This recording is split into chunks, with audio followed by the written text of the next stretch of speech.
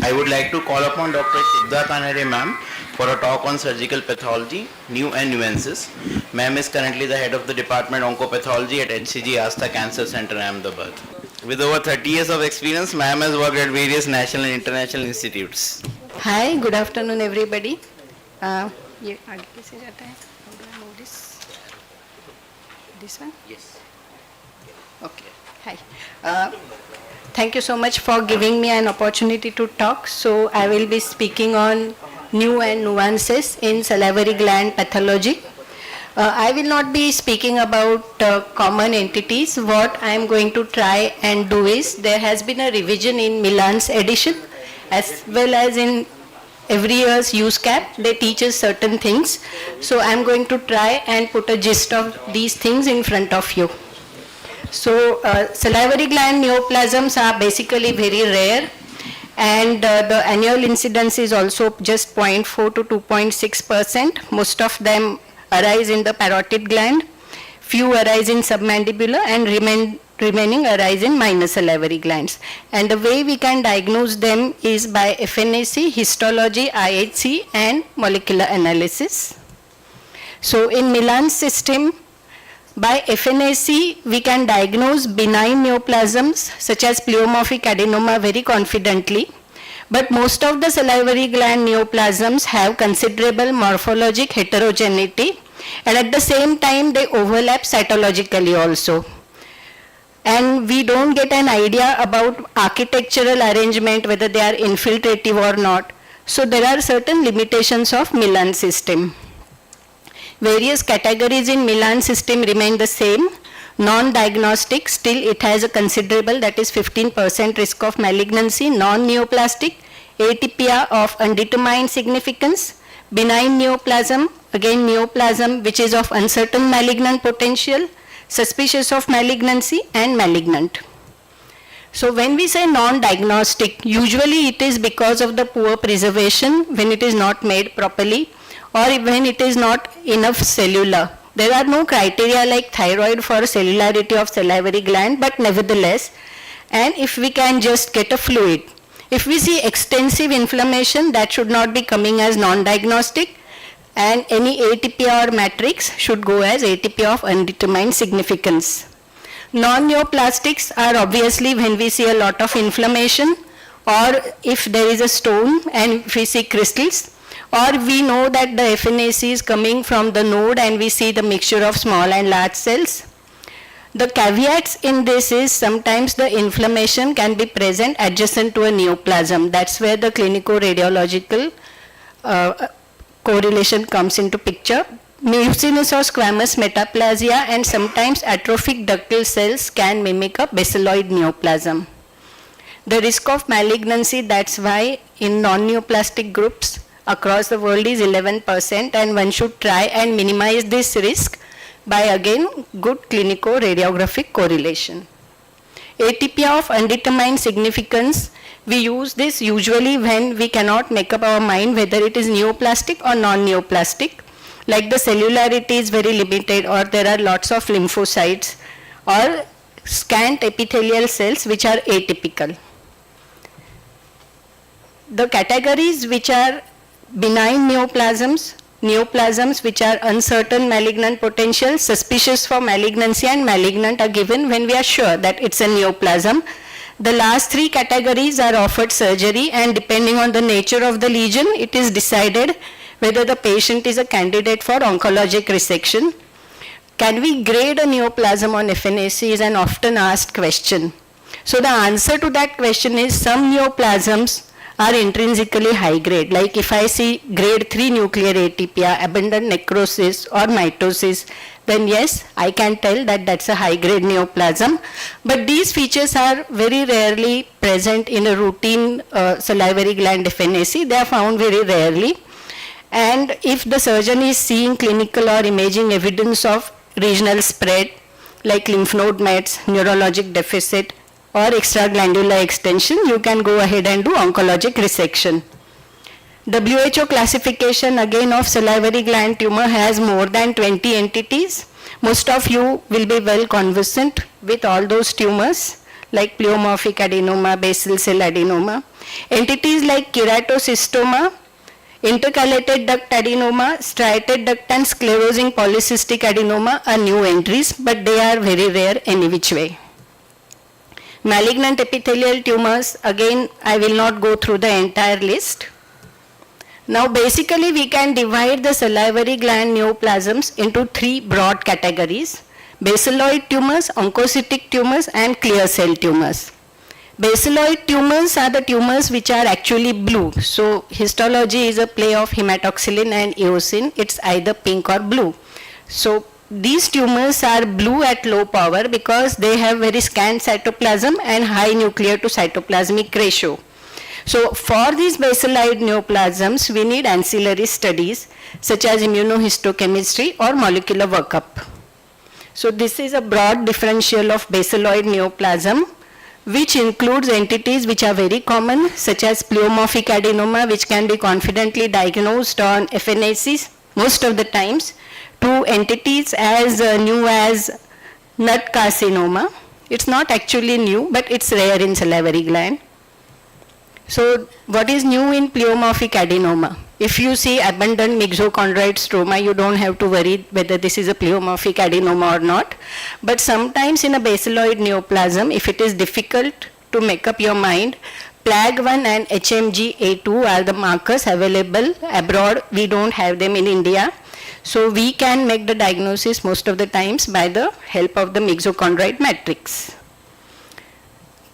Epithelial myoepithelial carcinoma is the next entity.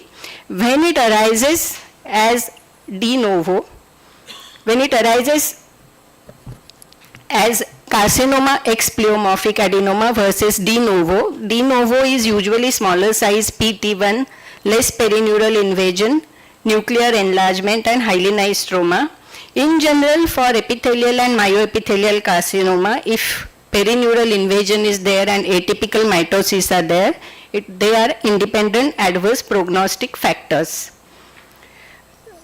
They usually show HRAS mutation, and that's why this RAS Q61R immunohistochemistry is specific for epithelial myoepithelial carcinoma in difficult cases.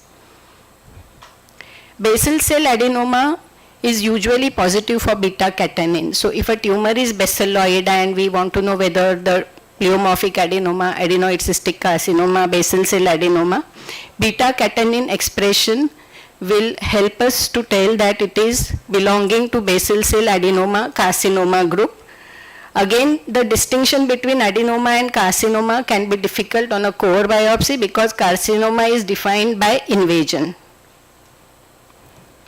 Adenoid cystic carcinoma is classically described by cribriform tubular and solid arrangement. So most of them will show MIB1 IHC, and the sensitivity is greater than 90%. Again, I don't think any center is doing this in India. This is comparatively new. Its specificity is variable. So any IHC when we are using, we have to consider the morphology and the entire panel. An IHC marker by itself is not diagnostic. So when we want to diagnose adenoid cystic carcinoma, and if it is positive for MIB IHC, we probably will also look at whether it is expressing GFAP, because GFAP usually is not positive in an adenoid cystic carcinoma. Additional caveats in MIB1 IHC are they can be sometimes absent in a high-grade tumor. High-grade tumor adenoid cystic carcinoma, one also has to remember that they tend to lose the myoepithelial markers also. But I have found CD117 to be quite effective in such difficult cases. So if high-grade transformation is there, then after IHC, if it is not still useful, one can resort to MIB RNA in situ hybridization. So this MIB RNA in situ hybridization improves specificity in basaloid salivary tumors. It can be positive in sinonasal carcinomas, but then when we are in the salivary gland space, we can exclude sinonasal carcinomas. Nut carcinomas usually we don't consider in the differential diagnosis of salivary gland tumors, but it's a good idea because nowadays these type of carcinomas are described everywhere. Previously, we used to think that nut carcinomas are small round cell tumors only, but one can have different morphologies, including basiloid squamous, and there can even be overlap with a mucoepidermoid carcinoma. So, immunohistochemistry for nut antibody can help us to identify nut carcinoma. If we don't think of nut carcinoma, these type of carcinomas, when they happen, they can be positive for neuroendocrine markers. So just because something is positive for neuroendocrine markers, before calling it a neuroendocrine carcinoma, probably it's a good idea to ask for nut antibody also. This is available in India and we do it. They can also be positive for TTF1 and Paxet, where the differential comes into picture, whether it is coming from thyroid or Paxet means whether it is a thymic tumor, because these nut carcinomas usually are midline tumors.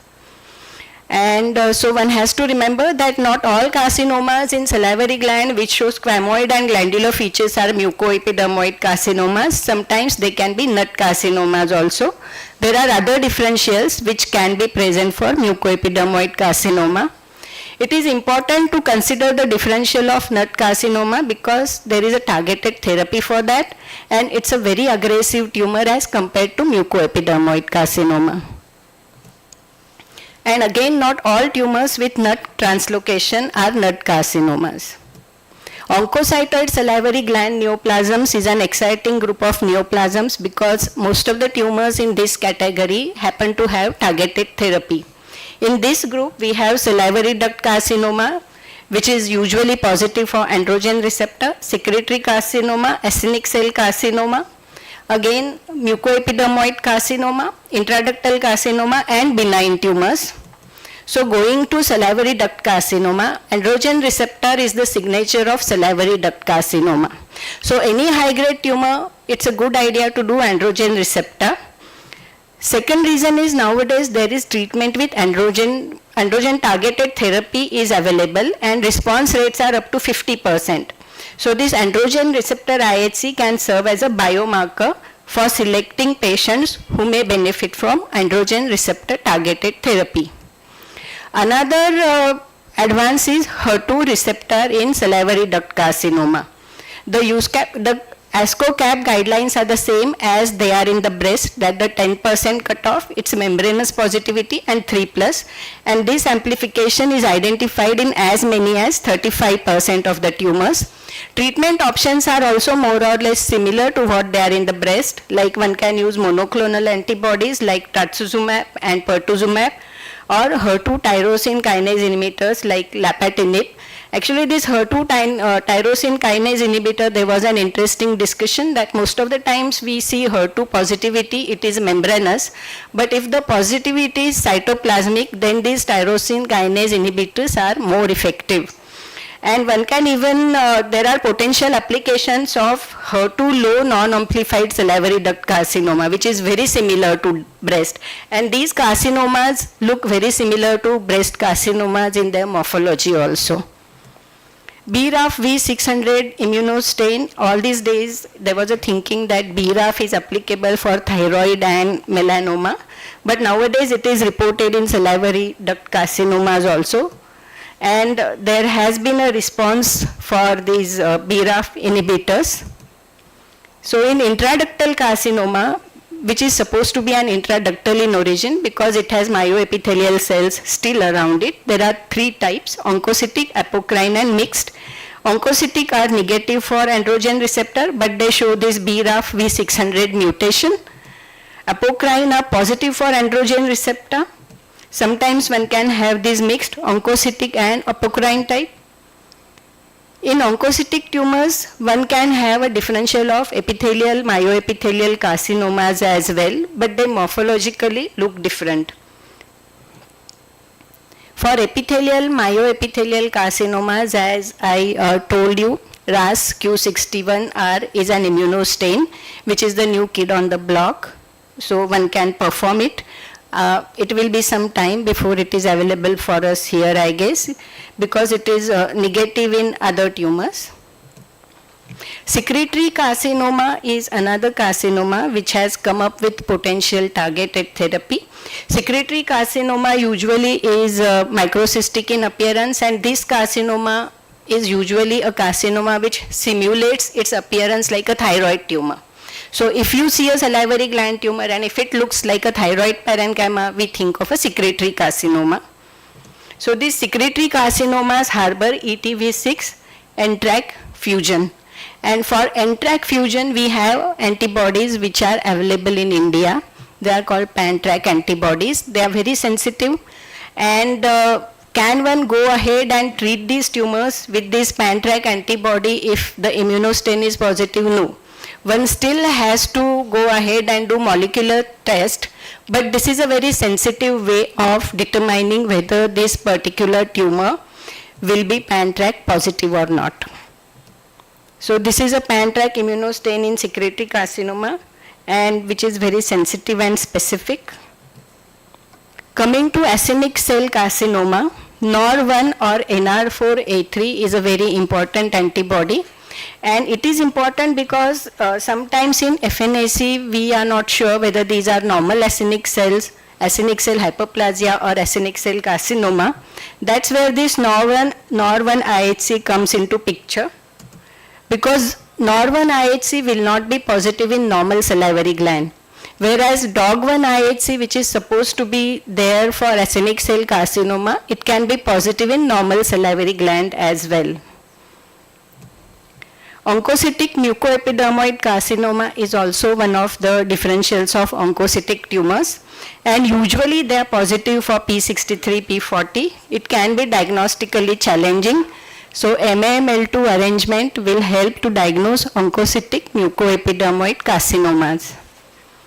BSND immunostain, I am very fascinated by this, because many a times when we see an oncocytic tumor, oncocytic mucoepidermoid versus Warden versus an oncocytoma. So these differentials, BSND immunostain will be positive only in cases of benign tumors.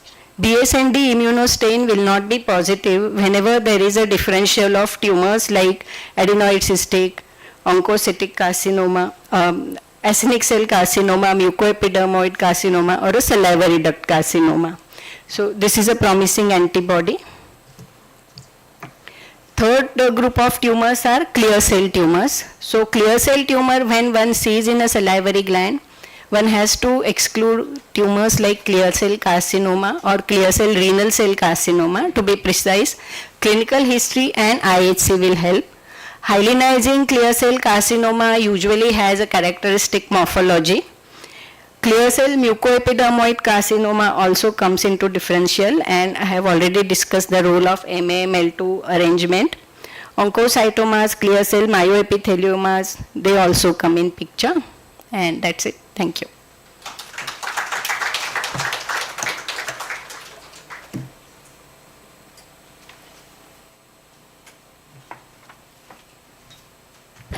Okay, thank you, ma'am. Shubhada, just a question. Yes, sir. Can you discuss a bit about role of frozen section? Okay, right. See, usually when there is FNAC and biopsy already, frozen section will not help to diagnose. It will help if it's a high-grade carcinoma, but that will be depicted in FNAC any which way. If it is poorly preserved sample, like it is non-diagnostic, and one has to know what is the diagnosis, then either repeat FNAC or do biopsy. Frozen sections are usually asked for the lymph nodes. Like if you have a tumor in salivary gland and you don't know how to proceed, like it comes as uncertain malignant potential, then probably do a few sentinel nodes. As a pathologist, I will rather have a biopsy or FNAC. Pleomorphic, there are... So as a clinicians, we have certain situations like nerve which is involved, we cut it and send a frozen. Level 2 lymph node, sending a frozen, whether it is positive or not. But then there are some schools of thoughts there where if it is a high grade tumor, you need to do, whether you need to do an elective node dissection or not, and things like that. So whether in those kind of situations, will you be able to tell us whether the tumor is high grade or not? Yes, see, basically whether the tumor is high grade or not will most probably be detected on FNAC and biopsy also. Sometimes one does biopsy. Only times I can see somebody doing a frozen section is the patient has come from outside or for some reason the FNAC is non-diagnostic. Then yes, whether the tumor is high grade or not, we can tell. But otherwise, there is so much of a morphologic and cytological overlap that a humble request to the surgeon that don't go ahead and do frozen section for diagnosis. There was a lecture actually at USCAP and they said that some situations frozen sections do help to triage the patient, but I believe that it's a high grade, I can tell, but otherwise it's a basiloid neoplasm. I'm going to say basiloid neoplasm at the frozen section any which way. So high grade, yes, we can tell.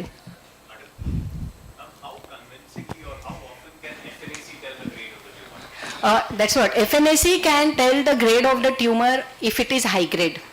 By FNAC, we will be able to tell you whether it's grade 3 cytologic atypia, whether there are abundant microcysts, and whether there are necrosis. See, salivary gland, for grading, you must remember three things. That certain tumors are high grade by definition, like salivary duct carcinoma and lymphoepithelial carcinoma. These are high grade by definition. Some tumors have their intrinsic biologic potential by which the grade is defined. Some tumors like hyalinizing clear cell carcinoma are low grade any which way. So unless it's a grade 3 atypia, it is not prudent to grade the neoplasm on FNAC. Given a choice, would you like to have an FNAC or a core needle? See, a core needle is okay when you are suspecting something like lymphoma. Basically, there has to be a good clinico-radiological differential. That what is the differential? If you are suspecting clinico-radiological differential, I think plays a lot of role. Like if you are thinking it's a benign tumor, no nodes, then pleomorphic adenoma is a straightforward diagnosis on FNAC. If you are not going to operate, then it's a good idea to do biopsy, IHC and molecular studies, because whether it's a neoplasm or not, most of the times we can come out and say on FNAC if the preparation is good, and that's where. Thank you.